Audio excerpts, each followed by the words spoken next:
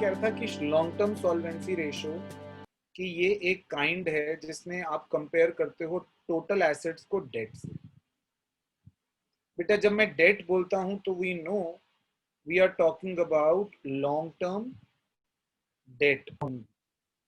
Which debt are we talking about? We are talking about long term debt.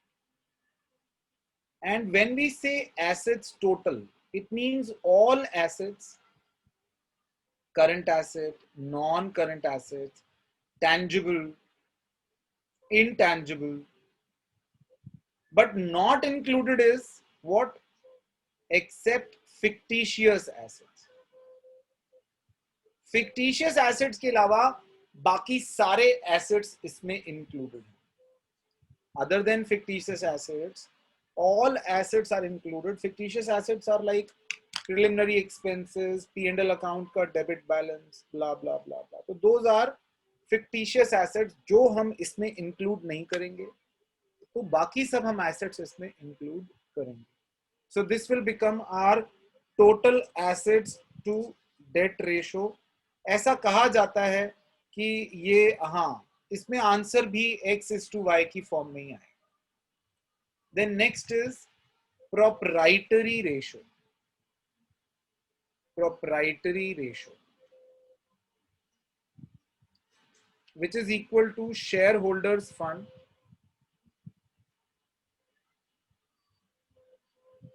divided by total assets. So when I say shareholders fund, I mean to say equity, I mean to say proprietors fund, I mean to say it includes your share capital and reserve and surplus. When I say share capital, it means to include equity share capital as well as preference share capital. When I say reserves and capital, includes all kinds of reserves. Is that okay? So that is how you do it. In case of proprietary ratio, proprietors fund is nothing but shareholders fund. And when I say total assets, total assets is same. All assets, whether it is current, non-current, tangible, intangible, but does not include is the fictitious assets. Am I right? Sir, but Q. Wait a minute, please. Then I say interest, that is the last kind of solvency ratio. Interest coverage ratio. Interest coverage ratio is profit before interest and tax divided by capital employed. बेटा इसके लिए मैं आपको बता दूं, when I say profit before interest and tax, what do I mean by this? Normally what happens is, what you do is, आपका जो net profit होता है वो net profit before interest and tax होता है normally. What is the sequence you follow? You follow, इसमें से आप पहले interest minus करते हो, तो ये आ जाता है profit before tax. इसमें से आप क्या माइनस करते हो? टैक्सेस, जो इनकम टैक्स, कॉर्पोरेट टैक्स आता है आपका, तो आपके पास आता है प्रॉफिट आफ्टर टैक्स. इसमें से फिर आप जो है वो ट्रांसफर टू रिजर्व और डिविडेंड ये सब करते हो. मेरे कहने का यहां पर मतलब है, अगर मान लीजिए आपको इसकी जगह आपको चाहिए क्या बेटा, आपको न्यूमरेटर में ये चाहिए profit before interest and tax. But in case आपको ये दिया हुआ है question, the question says you are given with profit after tax. What you have to do is you have to add back this one, you have to add back this one, then you will reach profit before interest and tax. तो profit before interest and tax पहुंचने के लिए आपको profit after tax से उल्टा चलना पड़ेगा. In case आपको profit after tax दिया, अगर आपको profit before tax दिया हुआ है तो यानी उसमें केवल आपको interest ऐड करना है. Now what interest is this? This interest is basically interest on long-term debt. Long-term debt. Interest on long-term debt is basically the debt आप जो शॉर्ट टर्म डेट, आप करंट लाइबिलिटीज की बात करते हैं, उस पर कोई इंटरेस्ट है तो वो नहीं हम कवर करेंगे यहाँ पर।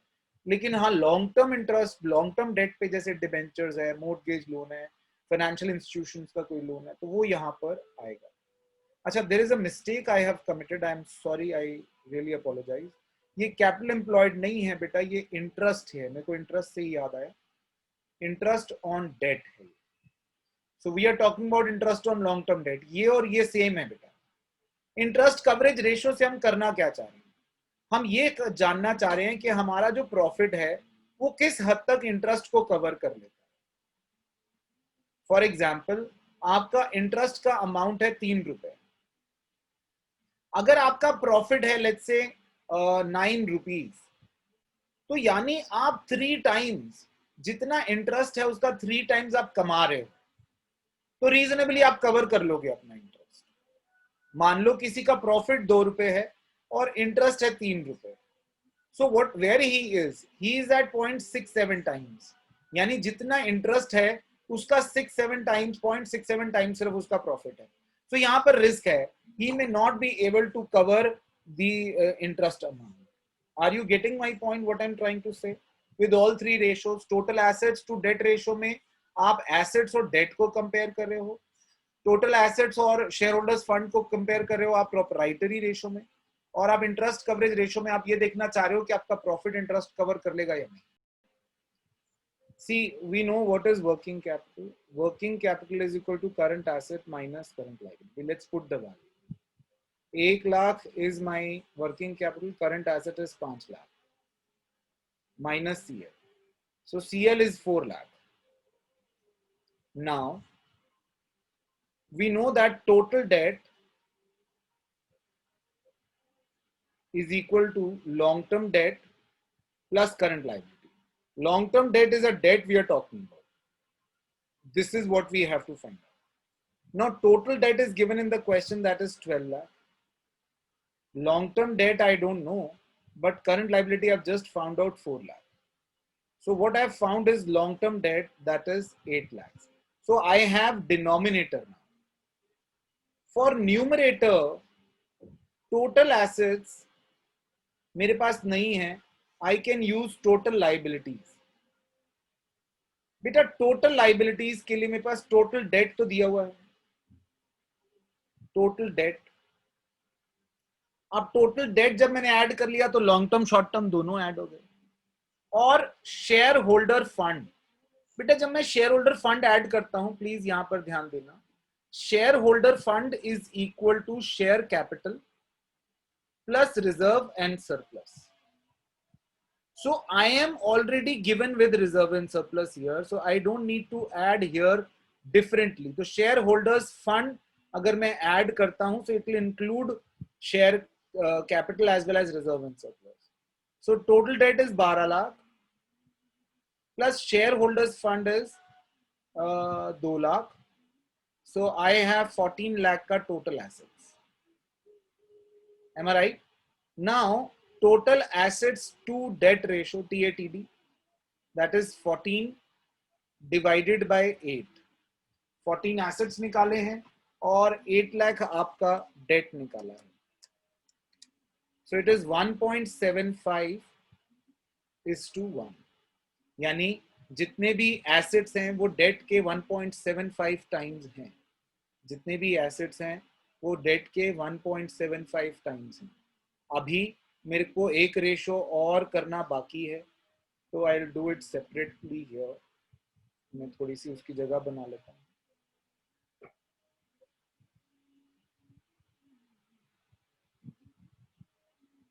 ऑलराइट, तो I will do the proprietary ratio here. Proprietary ratio.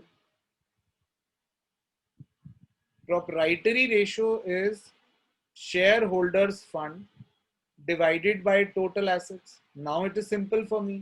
मैंने सब कुछ निकाला हुआ है. Shareholders fund is 2 lakh and total assets I've just found out 14 lakhs. Is that okay? कुछ लोग इसको परसेंटेज में निकालते हैं, तो आप 100 से मल्टीप्लाई कर देंगे तो ये हो जाएगा 14.5 0.28% or 0.142:1. So anyways, it is okay. Is that okay? Getting my point? Sir? ICR के लिए क्वेश्चन ले रहा हूँ बेटा. ICR का फॉर्मूला होता है profit before interest, tax and dividend divided by interest on long term debt. That's how the ICR is. Now मेरे पास जो क्वेश्चन है वो इस तरह से दिया हुआ है. It is question number 63. You can also look at it.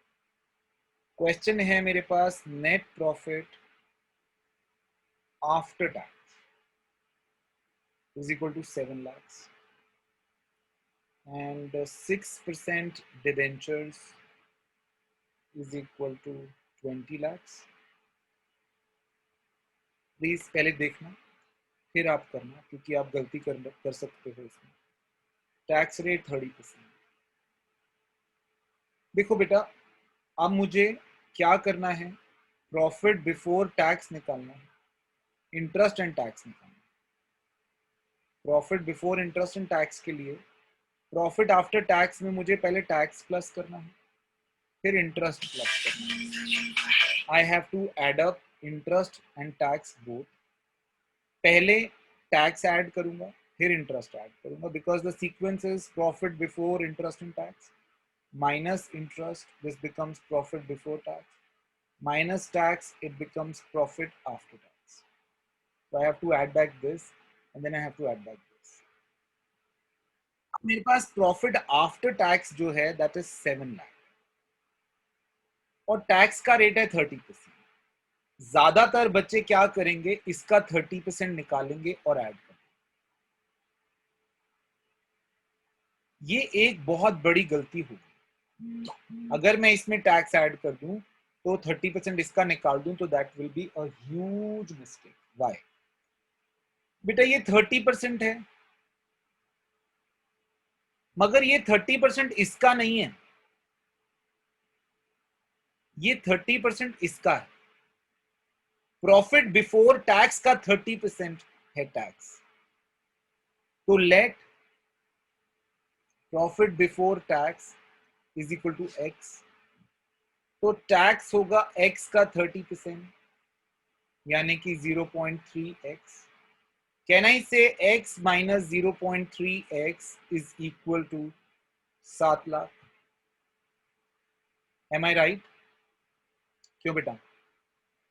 This is profit before tax. Profit before tax minus tax is equal to profit after tax. So it is 0.7x is equal to 7 lakh. Can I say x is equal to 10 lakhs? That is profit before tax. अब profit before interest and tax के लिए profit before tax में मुझे interest और add करना पड़ेगा. Interest कहां से आएगा बेटा? यहां से. Interest is equal to 20 lakh का 6% which is 6% debentures. This 6% debentures means that is the interest rate. So ये 1,20,000 रुपया आपका इंटरेस्ट है. सो प्रॉफिट बिफोर टैक्स आपके पास 10 लाख है जिसमें 1,20,000 अगर मैं ऐड कर देता हूं तो मेरे पास profit before interest and tax आ जाएगा 11,20,000. Now I put the things in the ratio. Profit before tax is 11,20,000 divided by interest is 1,20,000. So it comes out to be 9.33 times. यानी कि मैं अपना इंटरेस्ट, मेरे इंटरेस्ट के मुकाबले मेरा प्रॉफिट जो है that is 9.33 times. I can cover my interest very easily, sufficiently. Is that okay? Beta, are you getting it?